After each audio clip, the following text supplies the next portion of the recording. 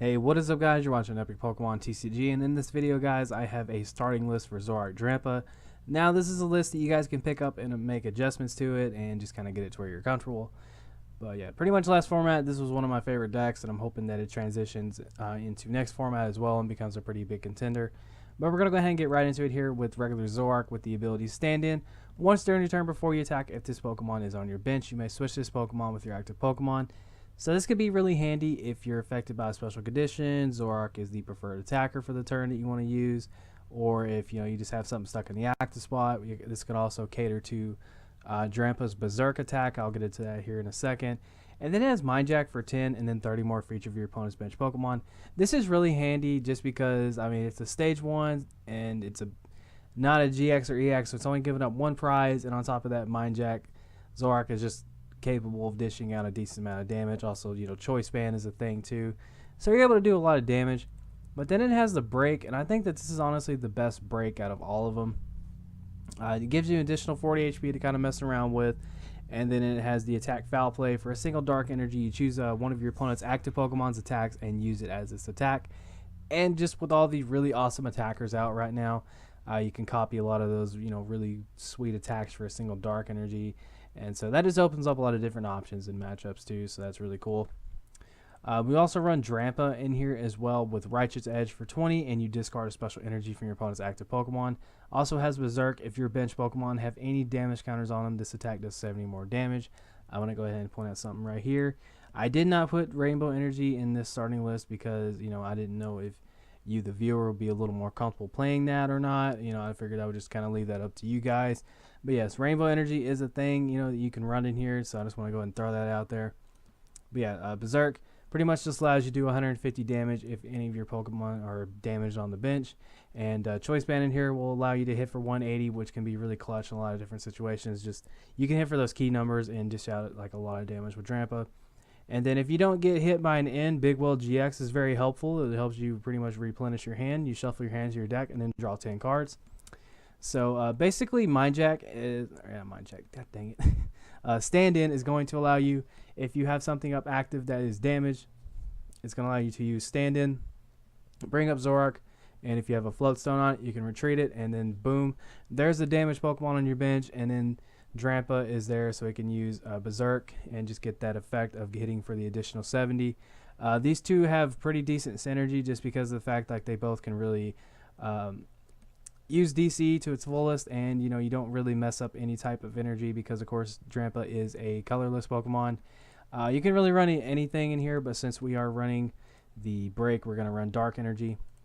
But we're also going to get to the support Pokemon here, starting off with Tapu Lele GX with the ability Wonder Tag. Basically, when you play Tapu Lele down from your hand on your bench, you can search your deck for a supporter, so pretty much that just allows you to have a little more consistency, and Ultra Ball is pretty much a guaranteed supporter as long as Tapu Lele is in your deck, so that's pretty good. And something I'm kind of getting used to, trying to ease into, is Octillery. I don't know why when I started building decks for the new format, I just kind of left Octillery out because it just felt weird to me. But yes, Octillery has Abyssal Hand, which is very helpful during matchups. Once during your turn before you attack, you may draw as you have 5 cards in your hand. I'm really glad that Octillery is starting to get a little more spotlight now since Shaman is out of the format and VS Seeker's gone. I mean, Octillery, this is Octillery's time to shine. It's a very good card. I've always thought that, especially people who were building on a budget last season. This card could really help them out. But yeah, Abyssal Hand's just in here to allow you to draw some extra cards, get your deck flowing a little more. And I'm still kind of adjusting to getting used to playing Octillery. But yeah, it's getting a little easier. I just, for some reason, wasn't too big on it when I first started building decks for this format. And so yeah, kind of shifting away from like the heavy supporter count that I was running, with decks off screen that I was playing, and kind of shifting towards Octillery. Seems to be working out pretty decent. But yeah, so and also we have the 3 Zorua and the 2 Remoraid. So that's going to do it for the Pokemon. Now I'm going to get into the supporters. Alright, so we're going to go ahead and get into the supporters here. Starting off with Professor Sycamore, you discard here and draw 7. I know some people are a little more fond of running 3 now because, VS Seeker, being gone kind of makes the whole, like, discarding thing kind of a little more risky, but, I feel comfortable with 4. If you don't feel comfortable with 4 and you feel comfortable with 3, you can definitely cut this for something else. With VS Seeker gone, I feel a little more comfortable running forehand and everything. It's personal preference there. Guzma, a lot of the times, whenever I'm playing, I'm kind of worried about the fact that, like, do I have something I can promote off of my bench that's going to be able to knock out what I bring up? This deck doesn't necessarily worry about that because with Zoroark and Flowstone, you kind of have that flexibility. But basically, Guzma is Lysander's replacement. You switch one of your opponent's bench Pokemon with their active. If you do, you switch your active with one of your bench Pokemon. This is another way to kind of get Drampa's Berserk attack going. If your active Pokemon is damaged in any way, you can pretty much just put it on your bench, bring something up, and then, bring up Drampa and hit it with a Berserk for the extra 70 damage as well. So that's pretty good. Guzma is just decent. I mean, I like it. Sometimes I feel like, I'm like, crap, I wish I had Lysander. But then there are times I'm like, man, I'm really glad I have Guzma. So it's just one of those cards. It's like a love-hate relationship because sometimes I can't knock out stuff with whatever I bring up and I can't play it. It just makes me cry a little. Next up, we run Acerola. I'm a pretty big fan of this card. On top of that, just allows you to pick up something so you can deny your opponent a knockout and pretty much your two main attackers, including Tapu Lele, which you can reuse if you bring this up with, or if you pick this up with Acerola. These Pokemon are pretty reliant on DCE, so if you're able to pick up one of these Pokemon and they have a DCE attached to it, you can pretty much just slap it back down somewhere else. And that's what I really like about it. The next card we're going to take a look at is going to be Bridget. You search your deck for one basic EX, we don't have those, or 3 basic Pokemon except for Pokemon EX and put them on your bench, shuffle your deck afterward.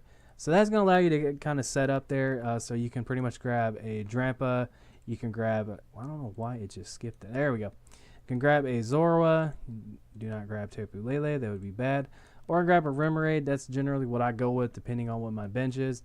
But yeah, it just allows you to get some Pokemon out of your deck and start, setting up for your turn. And of course, with Tapu Lele in the deck, it allows you to Wonder Attack, search out Bridget, and get your deck going turn 1, which is pretty good. Some people are not fond of Lily. I like Lily. I've actually kind of contemplated trying out Shauna in the future whenever I'm testing with some friends to see whether or not I like it, because I'm trying to figure out what supporter count I'm exactly comfortable with. But one Lily, just for a little more consistency and an extra supporter. Stadium wise, I'm testing out Potown. Another thing is, like, Potown is another thing is going to help out Drampa's Berserk. The Rainbow Energy, I kind of switching back between the two. I ran some different versions of this list. I actually have a video of me getting absolutely spanked by a Charizard list when I was using one of my early builds of this deck that I'm going to be uploading. But Potown, whenever any player plays a Pokemon from their hand to evolve one of their Pokemon, you put 3 damage counters on that Pokemon. I'm not generally fond of the 3 damage counters. Last season it was Team Active Secret Base, which puts 2. But pretty much you're going to be evolving, and if you evolve into Zoroark, that's 3 damage counters. I'm not too big on this stadium just because it's really reliant on your opponent having evolution Pokemon. Yes, it is a counter stadium as well, but still, I don't know. I'm kind of up in the air about it. But just run 3 Potown. I mean, it's a counter stadium, and if you're able to pull off and get that Berserk effect because of it, then hey, it's pretty handy. But still, I'm not 100% sure how I feel about it right now. If you run 4 Ultra Ball, just to search out your Pokemon, and like I said earlier, it's a guaranteed supporter if Tapu Lele is in your deck. Pretty good. 2 Field Blower, just to discard some tools and stadiums, whatever, off your opponent's Pokemon whenever you might need to. I got all choked up there, excuse me. Ooh. Special Charge, just so you can throw your DCE back into your deck. I had this in here when I was running a couple Rainbow Energy as well, and I just kind of kept it in here because I like it. Rescue Stretcher, you can put a Pokemon for your discard pile in your hand, or you can shuffle 3 Pokemon for your discard pile into your deck. I like this card, especially whenever I run Tapu Lele. Kind of common knowledge there. But yeah, just a Rescue Stretcher in case you need to shuffle some Pokemon or get one into your hand for some reason.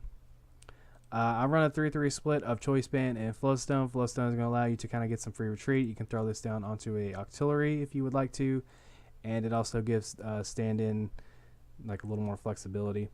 Choice Band is just going to allow you to hit a little harder. Let's see, I'm trying to think of anything else.